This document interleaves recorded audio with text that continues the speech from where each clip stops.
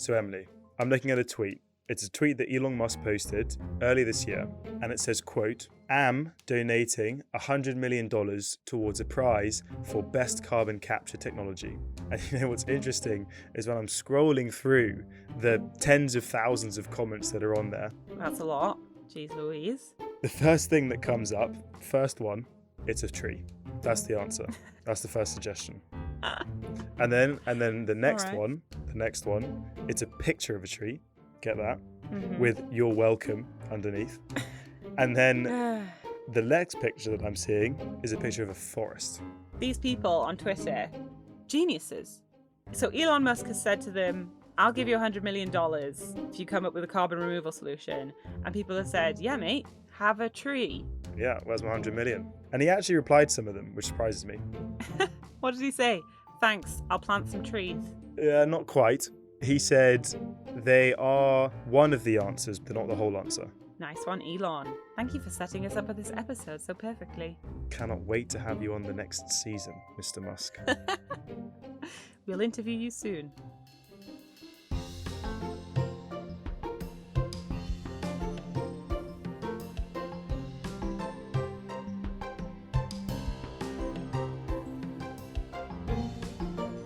Welcome back to episode 2 of the Carbon Removal Show with him, Tom Praviti.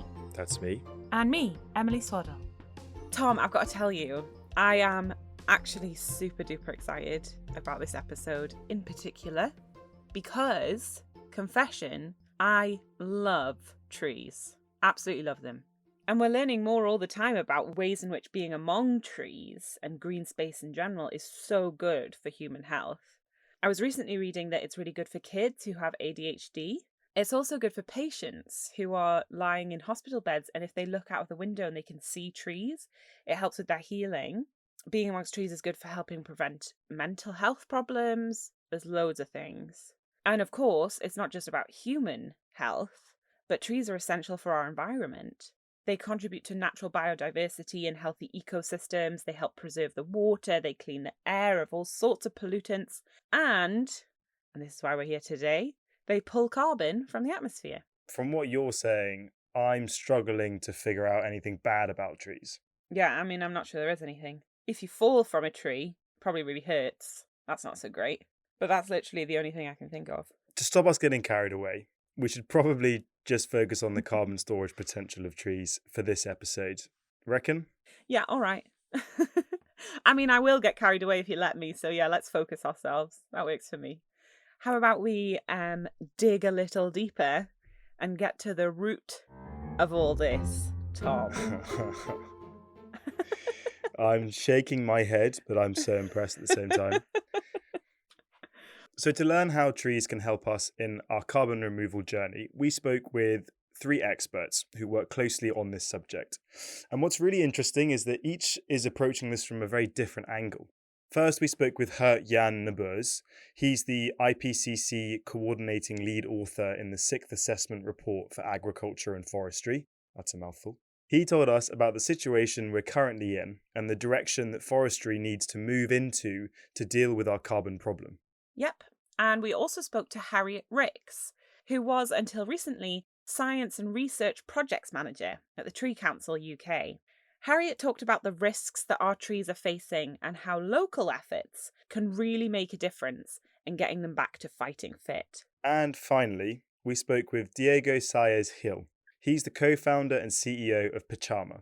Pachama uses the latest technology to monitor how much carbon is stored in our forests. So Diego helps us understand how we can meaningfully measure their effectiveness as a carbon removal solution. Based on our conversation with these experts, we really want to get under the hood in this episode. Looking back at that tweet, everyone's default is that trees are going to save us. So we want to know, is tree planting and reforestation, etc., is it really as effective as everyone thinks it is? Before we look at how we can work with trees to help us meet our climate goals, we should probably understand a bit about what they actually do. Good plan. Let's start from the beginning. Get to grips with the basics. We asked Harriet to give us a bit of a science lesson. You may know from secondary school biology that for a plant to grow, it needs carbon dioxide from the air, it needs water, which it takes from the roots. With the energy from sunlight in a green leaf, a plant is able to make sugars out of it. So carbon dioxide plus water makes a sugar. And with the sugar, a plant and a tree is able to make carbon chains, as we call them. Basically the fibers in the wood. Fibers which you can still see in your furniture in the house. You know, the tweeters have a point. Trees don't just store carbon, they really are carbon. Yep, about 50% of them is at any rate. Something that I became more aware of speaking to Harriet Jan and the other experts is just how central trees have always been to the whole carbon cycle. We talk about pre-industrial carbon levels in the atmosphere being perfect for life to thrive. And one reason for that is the trees were helping to keep the whole atmosphere pretty constant. So trees are doing more than just feeding themselves. They have this huge role to play on a planetary scale in terms of what our environment, what our atmosphere looks like. But as we know, our CO2 levels aren't staying constant anymore. We then asked Harriet Jan what role trees are playing now that CO2 emissions have skyrocketed. When we burn fossil fuels, from those emissions, trees take up 15 to 20%. And that is an enormous role that the forest, the managed forest, but also the natural forests have at the moment. So of all that carbon in the atmosphere, trees are already doing that absolute best to help us sequester 15 to 20%. We'd be even worse off now without them. Yeah, and to me it feels like trees are just maxed out. You know, with this much CO2 in the atmosphere and more going up every year, there's not much more that they can really do. To get a sense of why they're struggling, we spoke to Diego from Pachama. In addition to burning fossil fuels, we are deforesting the planet. And it is estimated that we have lost about 50% of the forest that used to cover the planet. We lost that carbon sink and we lost that engine of carbon sequestration because forests are capturing carbon every year as they grow, right? And we continue to deforest. It would be amazing if that was a story of the past, but if you look at tropical forests, the Amazon rainforest, Congo, Indonesia, and even, frankly, Canada, Alaska, and the US, Europe, we continue to deforest to replace with agriculture or urbanization or just to do timber harvesting in such an unsustainable way that we continue to lose those carbon sinks, making the whole thing worse. That fact just blew my mind. We've lost 50% of our forests, and it doesn't really feel like we're stopping anytime soon. Yeah, it's really sad and terrifying. Diego really highlighted the competing demands that our forests are facing. Whether that's land for agriculture and urbanization, or wood for furniture, burning and building. Diego went on to explain that this isn't just a disaster for our current and future sequestration potential, but has actually added a lot of CO2 to the air. When you look at the charts of what are the sources of CO2 emissions, yes, the biggest part is burning of fossil fuels, which we all know is the main cause of climate change. But about 30% of the emissions is actually coming from the land use. And when they talk about land use is replacing forests with agriculture, clear-cutting the forest, emitting all that CO2 back to the atmosphere, and then doing another activity on the ground like cattle ranching or agriculture that actually doesn't sequester carbon the way that forests do. This was something that I think we both needed to get our head around, because we see trees as getting cut down and maybe the wood is used in some way. But I was curious to know how this compares to natural tree loss, when trees just die naturally, I wanted to compare the journey of those carbon molecules and understand why deforestation is so much worse. So, okay, here we go. In our first example, a tree just falls over in a forest. Maybe it makes a noise, maybe it doesn't, who knows? And then it starts to decompose in its natural process. And that decomposition means that the tree is releasing carbon into the atmosphere.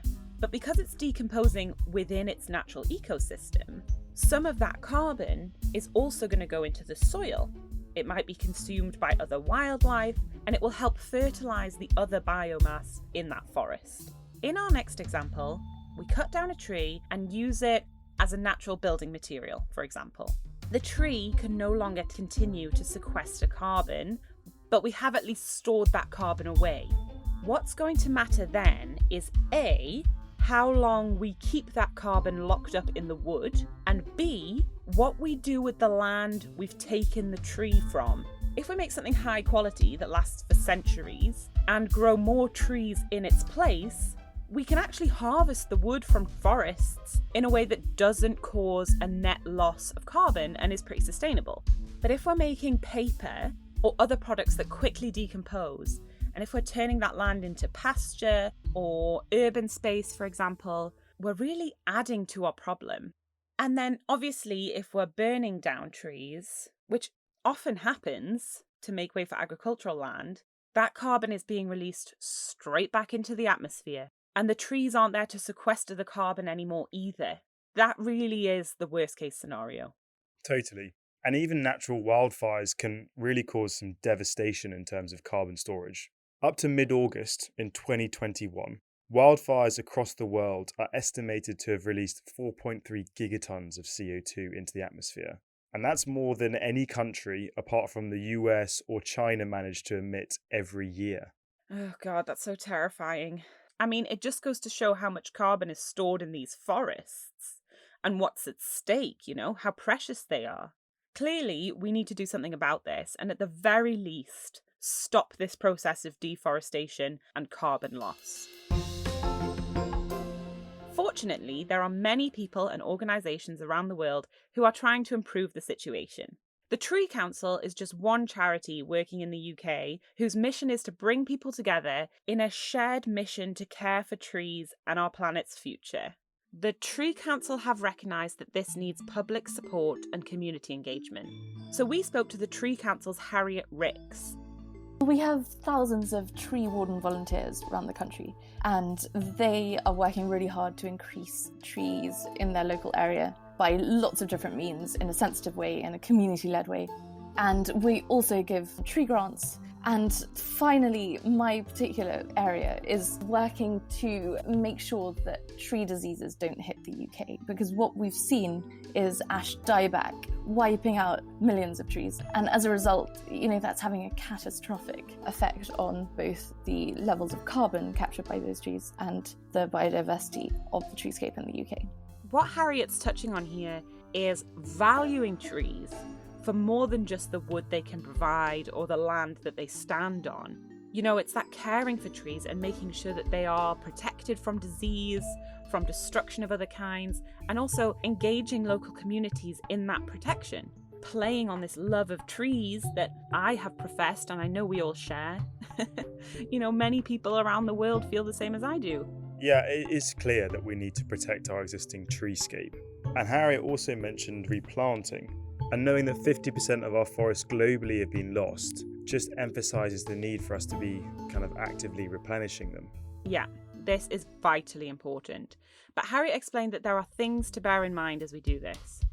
The jingle, which everyone quotes, is the right tree in the right place. And you can generally find a tree which is appropriate for that place. But there are some really, really notable exceptions to that. So there have been some very remarkable failures of tree planting over the last 100 years. One of the classic ones is the planting of Citrus spruce across the UK, which has led to some really negative environmental effects and possibly even some negative carbon effects. Another one, which was a cause célèbre recently, was a peat bog in Cumbria that was ploughed up to plant trees, and obviously with catastrophic loss of carbon.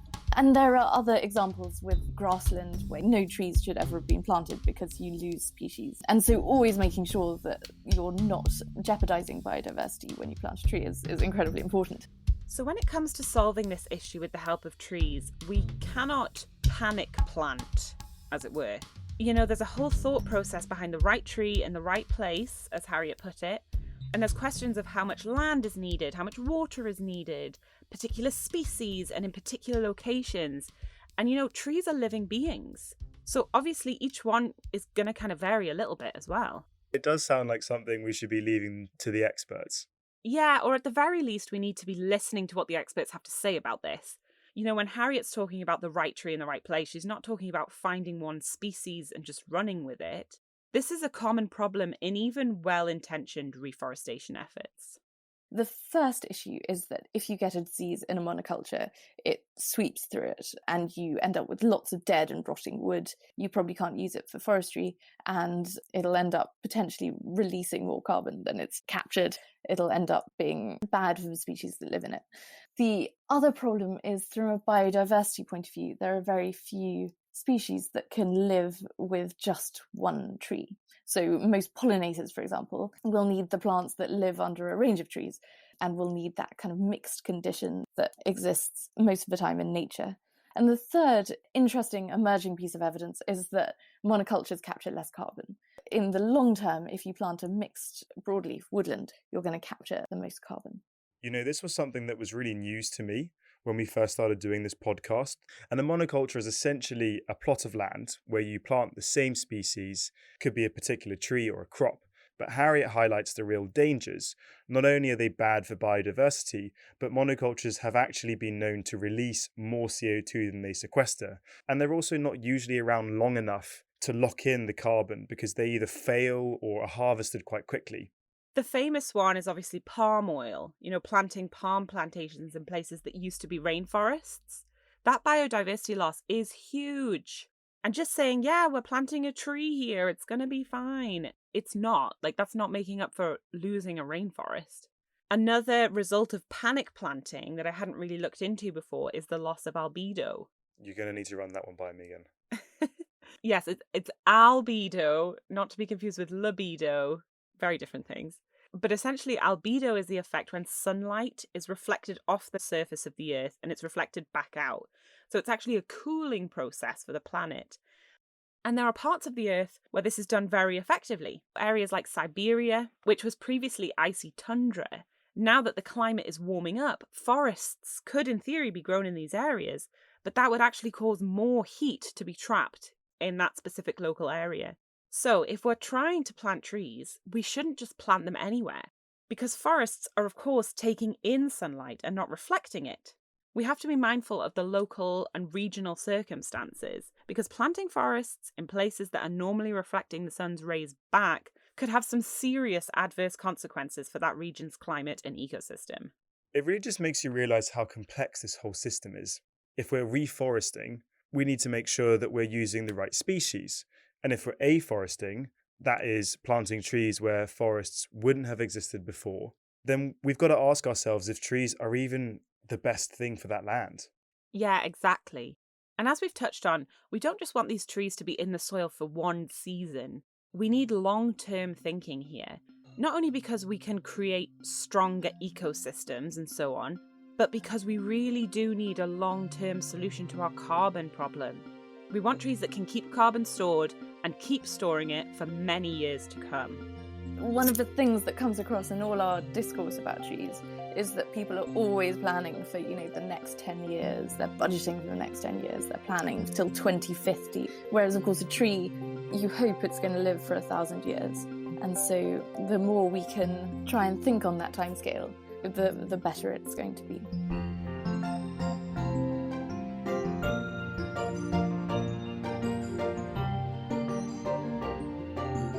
So my takeaway thus far is that forests have been incredible carbon sinks for millennia, and they still help us a lot, but in recent times we seem to have been doing everything possible just to break them.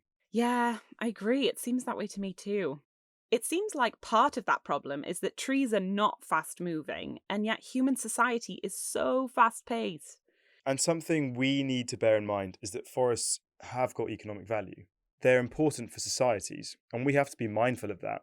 Natural forests have so many benefits, but it's not just realistic to expect us to naturally, reforest everywhere. We've got limited land on this planet, and we need space for agriculture, for human habitation, and of course, we need forestry that's productive for things like wood production.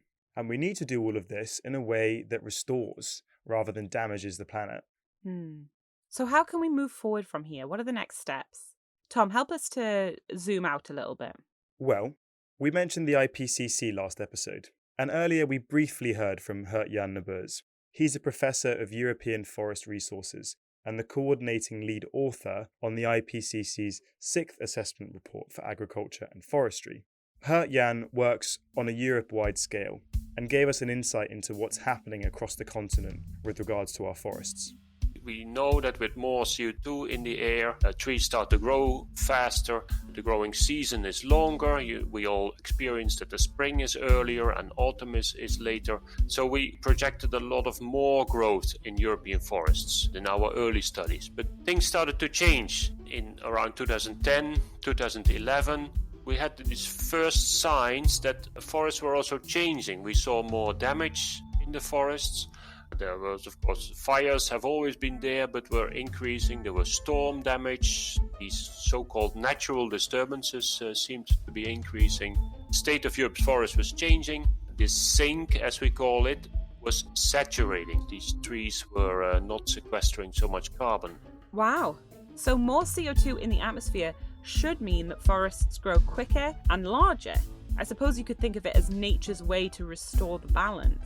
But on the flip side, more CO2 means impacts from climate change, which increases the chances that trees might die, from storm damage or forest fires or other extreme weather events. Exactly. And in some cases, just like in the European forest that Harriet mentions, that battle between increased growth and increased death seems to be swinging the wrong way. And as Harriet pointed out, the many threats to our forests means that we need long-term management. I find this a really interesting shift from the focus of planting trees to actually growing trees. We talk so much about planting a tree, but actually the important thing is these trees need to grow. Yeah, and tree growing, as we know, takes a lot of time. And what we also know is that trees are most effective at locking away carbon as they're growing and getting bigger, and when they're growing at their fastest. So we need to make sure they get to that stage and don't just wither in the first few years. And I totally take your point, Tom, that societies all around the world really rely on these forests for all sorts of reasons. Wood to burn, to keep themselves warm, or for building materials and all sorts. And that's a value that those trees have for us. Unfortunately, they may have to cut down those trees and possibly burn them to get that value. And so we really need to help incentivize finding value in trees while they're standing and actually going through their living process. If we want them to continue to be the great carbon warehouses that they are. And we can't just turn around tomorrow and flip a switch and say that everyone can't chop down trees or have to manage their forests in a certain way, because that's just not how things work, and it's not how we're going to solve all our issues. Yeah, exactly. And it's like all kinds of problematic as well. What we're really looking for then is a sustainable way of growing and managing our forests, one that's mindful to the needs of the people who rely on them. Harriet explained how this is actually developing across Europe. Before the COP21, this conference of the parties, we came up with this notion or the terminology of climate smart forestry, that it's not only mitigating anymore, but we certainly have to adapt our forests also to climate change. It really looks at the local circumstances, because every country in Europe has different forests, every country has a different culture of forest management, and you really need to look at the local circumstances, what is best to do where. So, the three core pillars that climate smart forestry revolves around are firstly that reduction of greenhouse gases, which helps to mitigate climate change. Secondly, climate smart forestry is helping forests adapt, so to enhance their resilience. And the third is to have that active forest management, which is aiming to increase productivity and income on that sustainable level. So it's providing benefits beyond just chopping down and levelling a whole forest. Climate smart forestry is therefore this theory that aims to find the optimal combination of measures to maximise climate change mitigation whilst considering those regional circumstances. And it strives to achieve possible synergies with other functions such as biodiversity. As we cover more ground here, it really feels like we've moved from focusing on the tree itself to looking at the whole forest and even beyond. You might say we're beginning to be able to see the wood for the trees. But really, I think this is a useful reminder that we can't be too idealistic or prescriptive about this process. We need practical solutions that work within that complex ecosystem. And indeed, the complex global economy. Yeah, exactly. And something that Harriet really helped me understand is that we need to return to that idea of the carbon cycle. The main goal here has to be to restore that cycle and optimize it so it can deal with levels of atmospheric carbon that haven't been seen for millennia. Yeah, I think that's an excellent point from Hert Jan. You know, the natural systems don't ensure that the carbon is captured forever. That's not how they work. What we're trying to do here is restore those natural cycles to help them sequester the carbon that we've been throwing into the atmosphere and continue to throw into the atmosphere. So it's not about the perfect solution. It's about mending that carbon cycle to help it do its thing, you know? Yeah, it's about working with the forests as opposed to against them, and getting all that biodiversity and the other benefits that come with it. The benefits for all of us seem clear, and it really just feels like the least we should be doing if we want to deal with our carbon problem. The very least. It's not like I really needed much convincing before, but it does seem pretty clear from these conversations that trees are just a good thing, and getting our forests healthy is just super important. Yep, no argument from me on that one, Tom. And it's also clear that doing this is going to have a beneficial effect on carbon drawdown, and at the very least, stop emitting more CO2 through land use change. But we've spoken a lot about how this is a natural and therefore unpredictable process, and also how trees and forests are vulnerable to climate change.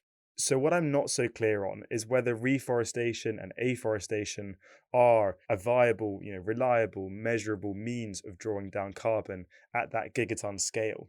How confident can we be that this will have a meaningful impact on helping us reach our climate goals? And have we even got enough land available? I think you're right to be skeptical, Tom, honestly. But to answer your last point first, yes, there's a lot of land out there that we could start growing trees on right away with the right financial measures in place. Diego Saez-Gil from Pachama gave a really good overview of this. The good news is that we have an enormous opportunity for reforestation. We have 1 billion hectares available for forest restoration without competing with other human activities. And the only thing we need to do is we just need to drive funding to do that reforestation. And also we need to drive funding to stop deforestation, because there are many landowners who own forests who unfortunately see it as a natural resource to be exploited and to gain an income on. And if we don't pay them to not cut down those forests, they will cut down those forests to produce timber and to do agriculture. What Diego is saying is that essentially, in order to protect forests, it's important to outbid other industries that want to cut down those trees to either, use the wood or the land or both. So there's got to be a way of rethinking the value that trees can give us in order to protect them whilst they're still standing and still living. It's tricky because when you cut down a tree and say this is how much wood it gives us or this is how much land it frees up, it's really easy to quantify that and monetize it. But what we're talking about here isn't really economic value, it's environmental value. And that is so much harder to quantify. I suppose from our perspectives, the big question is going to be how much carbon can these trees, these forests actually store? If we can work that out and work it out accurately, we might start to put a price on that cost, of sequestering each ton. Exactly. Fortunately, this is exactly the work that Diego does at Pachama. I would say that probably the average tree in the planet is around 1 ton. There are some very big trees in the Amazon rainforest, some as big as a redwood of California, and some of these trees can be up to 10 tons of carbon. You can sometimes have up to and more than 300 tons per hectare. So we're talking about a huge carbon concentration on a single hectare. Right. So for anyone interested, I was trying to figure out how much a hectare of land actually is. And it turns out it's a bit larger than a football pitch. So that's 300 tons per football pitch and a quarter. That's a lot of potential. Yeah, I actually had no idea how much a hectare of land was. Actually though, Tom, we're going to need something a bit more specific. Luckily, it's actually incredible how much data we can collect on trees. Diego talked about how Pachama combines satellite data and AI to estimate this carbon sequestration, not just within a single tree or a hectare of trees, but across whole forests. We have very high definition images of the planet today coming from a lot of different satellites that orbit the planet. And we also have LiDAR, which is this three-dimensional shape that we can produce of a forest by beaming lasers from an airplane. And then we have artificial intelligence that allows a lot of data to be analyzed, and then these algorithms learn and then can make predictions. We can observe trees on a forest, and then with enough good training data, the algorithm can start to predict how much carbon is there on that forest. Have you seen the movie Avatar? And in the movie Avatar, there is this part in which they have this three-dimensional scan of the forest of the planet Pandora.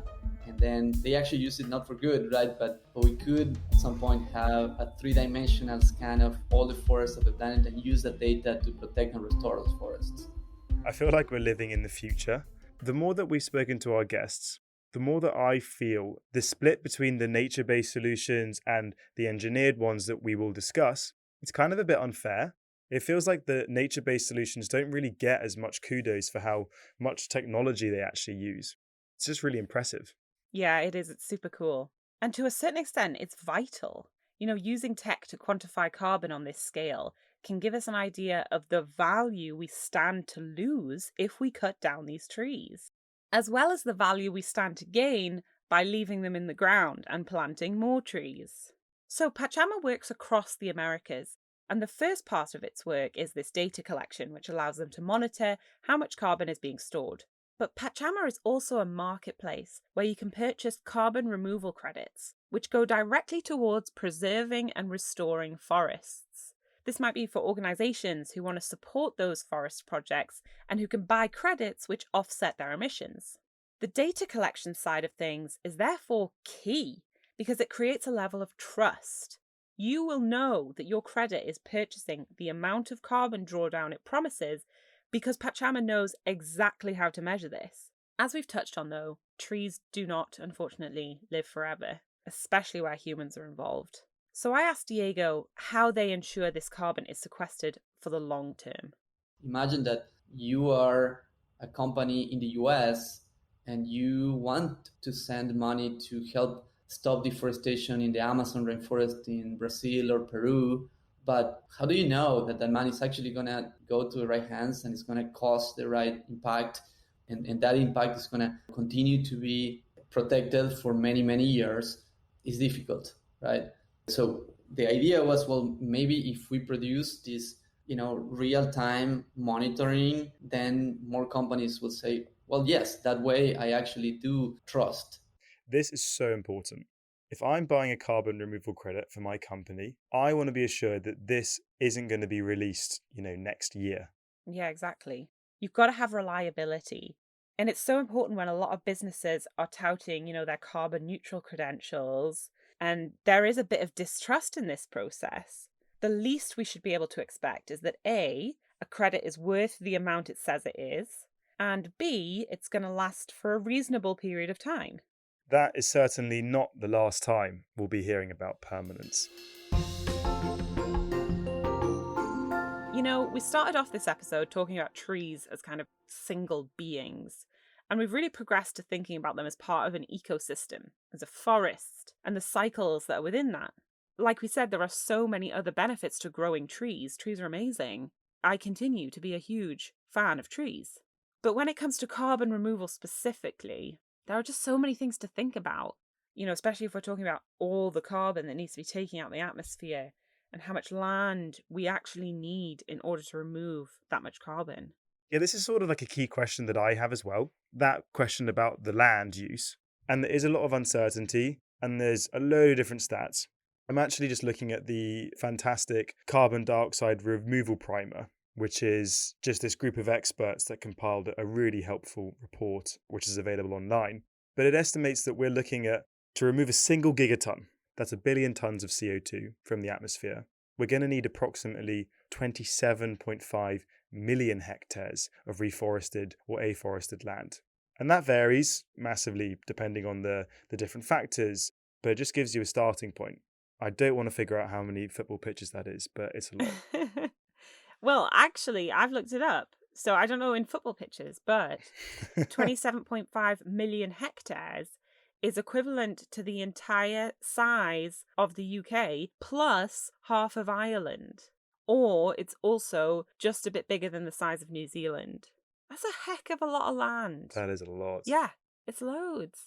And we're currently releasing about 50 gigatons of CO2 equivalent into the atmosphere every year. And it's worth reiterating that we can't just plant forests everywhere as well. Some regions we know are going to be particularly good, like Europe or parts of China or the US. But in many other parts of the world, it's just already got good forest cover, or the land and conditions just aren't great for supporting it. Yeah. I mean, Harriet talked us through that. You've really got to think about where you're planting these trees. I think for me, a big concern is just that human element of control. Like, we're not going to control whether it rains one week or if there are forest fires the next. And although there is a scale potential there, and the models that we map out show that we can sequester a whole load of carbon through reforestation and afforestation, who knows what impacts could happen in a changing climate. Trees, for me, trees aren't necessarily our 2030 goal. Trees are a long-term thing, and they don't necessarily have the impacts that you might want from them from day one, but fast forward a couple of decades, and it's perhaps a different picture. What I am excited about is the potential to flip that script, incentivizing people to manage and protect forests as opposed to cutting them down and actually being rewarded for protecting them rather than removing them. Yeah, Tom, I totally agree with your concern about the time frame. We're just relying on trees to fix this problem when the forests aren't even in a good condition to be able to do so. And that's going to take time to get forests back to a state where they can help us with this issue in a way that we really need them to, and at the scale that we really need. Honestly, the thing is that trees are very much a part of this, but not necessarily the whole solution. And I think something else that really concerns me is that there are a lot of companies out there that say, we plant a tree every time you X, Y, or Z, and that's great because we love trees and we've talked about all the amazing benefits. But you can also see how it can potentially be a bit sort of greenwashing. If that tree planting is simply just planting a tree anywhere, or planting the wrong kind of tree, or planting the right kind of tree in the wrong place, or planting a tree and then it burns down, or then they cut it down. And that's not what we need. The thing that's really exciting for me, we've been talking about valuing trees for more than just the wood that they are and the land that they stand on. And for me, when I picture what it could be like if we did value trees and nature in this new way, based on what they actually do for the planet and what they do for us, I don't know, maybe it sounds like a hippie utopia wonderland. But I love that. I would love to live in a hippie utopia wonderland. Where we all love trees just for being trees and just living. And I feel like that could really affect our relationship, not only with trees, but the whole environment. And that, for me, it's really exciting to think about that. That sounds like a bit of an homage you're paying to trees right there. Yeah. I mean, they've had a tough time of it. They deserve a bit of love. Yeah, now I'm just wondering what other parts of the planet we need to be paying attention to. Patience, Tom, we'll get there. In the meantime, I think maybe we can just leave it here for now. It just comes to me. It's my genius. If you feel inspired by what you've heard so far and wish you could do more to rid the atmosphere of carbon, then great news, you can. One of our sponsors, Patch, is the API-first marketplace for negative emissions that makes it easy for businesses and their end customers to neutralise their carbon footprint.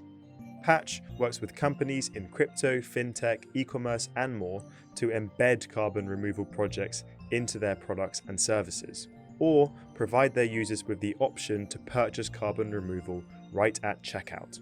That means businesses can build carbon negative products and features that enable climate action at scale. Build something climate positive with Patch. Head to patch.io to learn how. Thanks so much to our team who make this series possible. Our researcher and fact checker, Henry Irvine. Our composer, Sam Carter. Our graphic designer, Reke Campbell. Our editor, Mercy Barno. Our producer, Ben Weaver Hinks. Our project manager, Patrick Carter. And our executive producer, Sam Floy. Thank you for sticking with us to the end of this episode of the Carbon Removal Show. If you liked what you heard, don't forget to subscribe wherever you get your podcasts. And if you've got the time to leave us a review, that would really help us out. Next time, we're going to be talking about the place where trees live. Not the forest, but the soil. We'll be diving into some of the problems caused by agriculture and, as always, checking out some solutions. For more information about carbon removal, visit restored.cc. See you next time. Thanks for listening.